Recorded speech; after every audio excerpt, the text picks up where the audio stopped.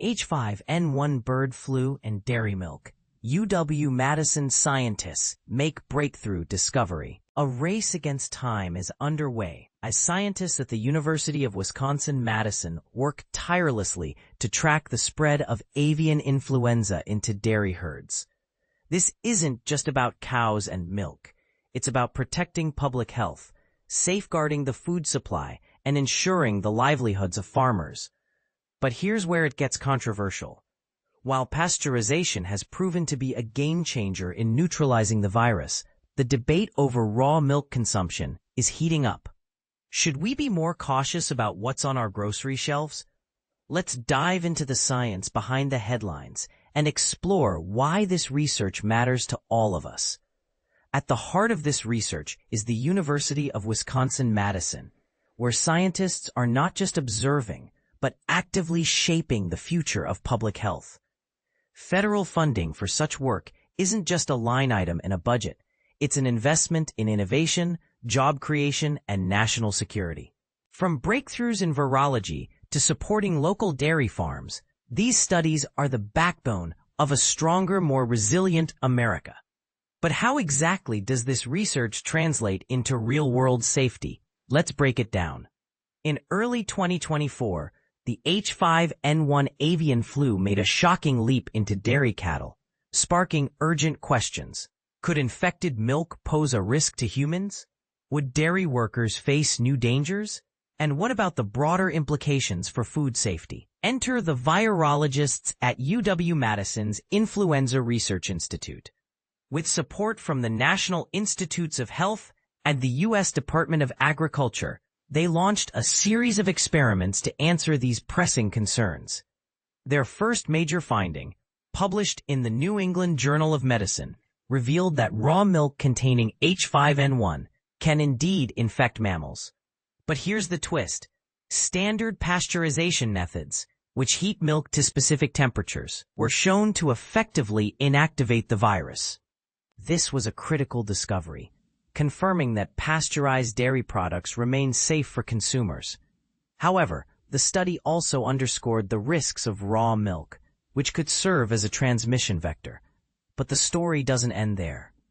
In a follow-up study published in Nature, the team used ferrets, often considered a reliable model for human influenza, to test whether the virus could spread through the air. The results? While raw milk posed a direct infection risk, airborne transmission from infected milk was inefficient. This was a relief for public health officials, as it suggested the virus wouldn't easily jump from person to person in the general population. Yet this finding also raises a thought-provoking question.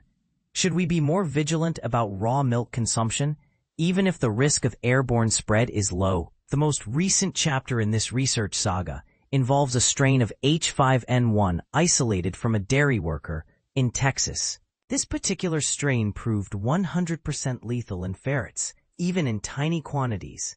But here's the catch. It no longer circulates in nature. The team is now investigating why a strain that caused only mild symptoms in a human worker was so deadly in other mammals. Could this be a warning sign of future mutations?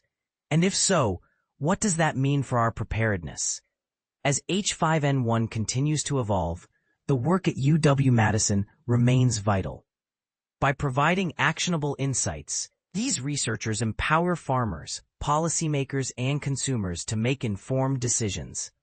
Whether it's adjusting milking protocols, reinforcing safety measures, or simply choosing pasteurized products, every step forward is a step toward a safer food system. So, what's your take? Do you think the risks of raw milk outweigh its benefits? Should federal funding for such research be a priority? Share your thoughts in the comments below. After all, the future of food safety isn't just about science. It's about the choices we make as a society.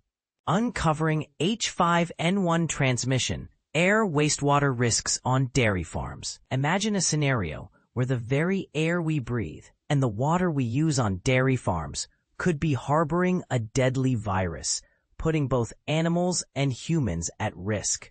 This is the stark reality of the H5N1 avian flu outbreak, which has been wreaking havoc on U.S. dairy farms. Although the number of outbreaks has decreased significantly over the past few months, scientists are still grappling with the mystery of how the virus spreads on farms.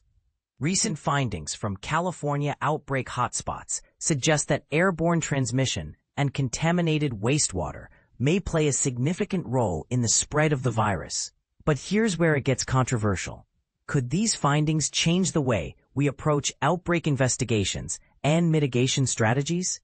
Researchers from Emory University, along with their colleagues from California, Colorado, Michigan, and Virginia, have published their groundbreaking findings in a recent study. The team conducted extensive air, farm wastewater, and milk sampling on 14 dairy farms across 2 California regions, and the results are alarming. For instance, they found infectious virus in the air during milking, which raises questions about the safety of farm workers and the need for respiratory protection. The study also revealed that H5N1 viral RNA was present in the air on farms, and in some cases, the virus was even found to be infectious. But what does this mean for the dairy industry, and how can we prevent the spread of the virus? The answer lies in understanding the various modes of transmission, including aerosols generated within milking parlors and teat contact with contaminated water. And this is the part most people miss: the role of wastewater in the spread of the virus.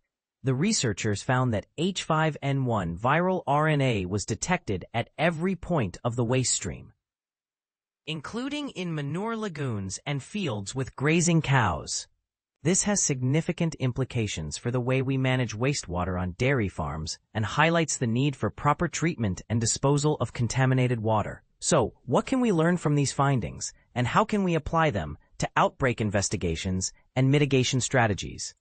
The study suggests that multiple modes of H5N1 transmission likely occur on farms, and therefore, multiple mitigations are necessary. This includes respiratory and ocular protection for farm workers, disinfection of milking equipment, treatment of contaminated milk and wastewater, and identification of infected cows, even those that aren't showing clinical symptoms.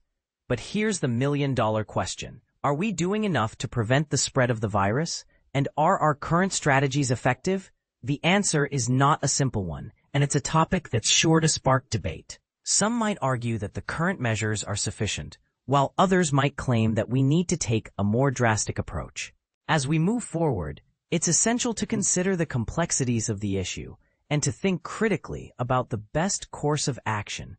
So, we ask you, what do you think is the most effective way to prevent the spread of the H5N1 virus on dairy farms? Do you think our current strategies are enough, or do we need to take a more comprehensive approach? Share your thoughts in the comments below, and let's start a conversation about this critical issue.